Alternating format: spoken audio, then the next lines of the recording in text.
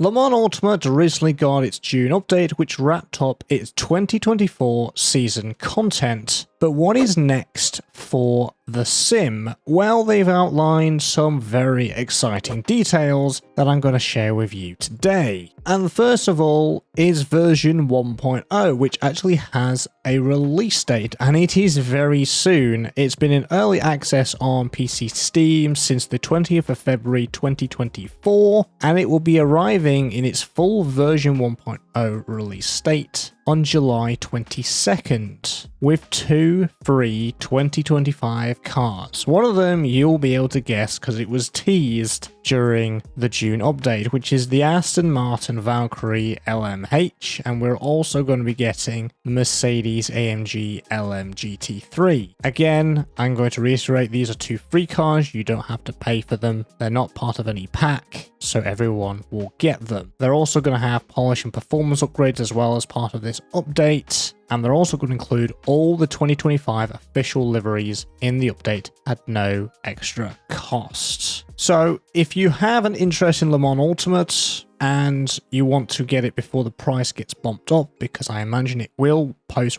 version 1.0 because it's at its early access price, I suggest you go and grab it. In fact, at the time this video is going out, it is on sale. It's 13% off. For the UK, it's £25 at the moment, and most of the DLC and the season pass is on sale as well. So right now is a great time to get it. Moving on to the second bit of big news, because we have more content coming to Le Mans Ultimate post this version 1.0. We have ELMS. That's right, European Le Mans Series is coming to Le Mans Ultimate with new tracks, cars, and liveries, faithfully replicating the popular endurance racing series. So what exactly have they mentioned about it? Not too much, but they've said there's new iconic tracks, so we'll be getting Silverstone, we'll be getting Paul Ricard, we'll be getting Barcelona, we'll be getting a new LMP3 category, we'll be getting official liveries and team entries, and LMP2 in a higher powered ELMS specification. They have said their aim is to deliver the ELMS with the same laser scan track accuracy, vehicle detail, and physics realism that you expect from Studio 397, and they will be sharing more information in the coming months on release timing, pricing, and how ELMS content will be made available to players. But wait, there is more. Post version 1.0 as well, they also have continued development and commitment of the single player career mode,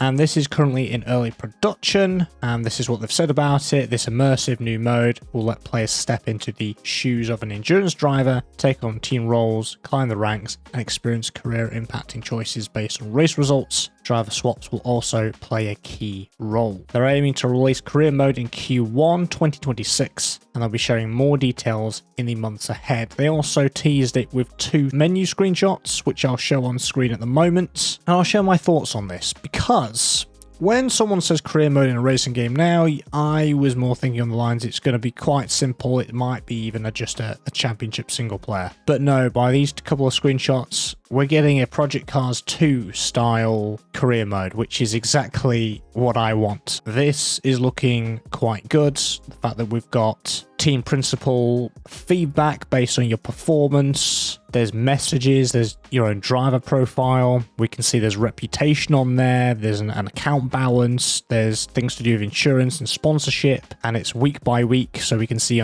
in the first screenshot week 15, 16, 17 and 18 with your teammates, what team you're part of, what sort of driver you are, your bronze driver. And then moving on to the second one, this is more of your sort of driver profile. So again, all those things I just mentioned. You've got your own trophy cabinet, your driver market, your contract, investment, there's media opinions, recent history, team opinion, and your sort of stats as well, from wins, podiums, top 10, best finish, average results. So it's looking, from those couple of bit of teasers, in my opinion, fairly good, and I'm actually looking forward to it. It seems like it's a long way off. It's next year, 2026, but I'm sure the devs are putting their heart and soul into it to the point where it'll be very enjoyable for everybody. And that is it. That's what's coming next. for Le Mans Ultimate. The one thing I do want to mention, which isn't actually mentioned in the info that they gave, was console version, which I know I've had a few comments about, and there isn't any further information. This is my own opinion, my own speculation. There's no factual source to this. I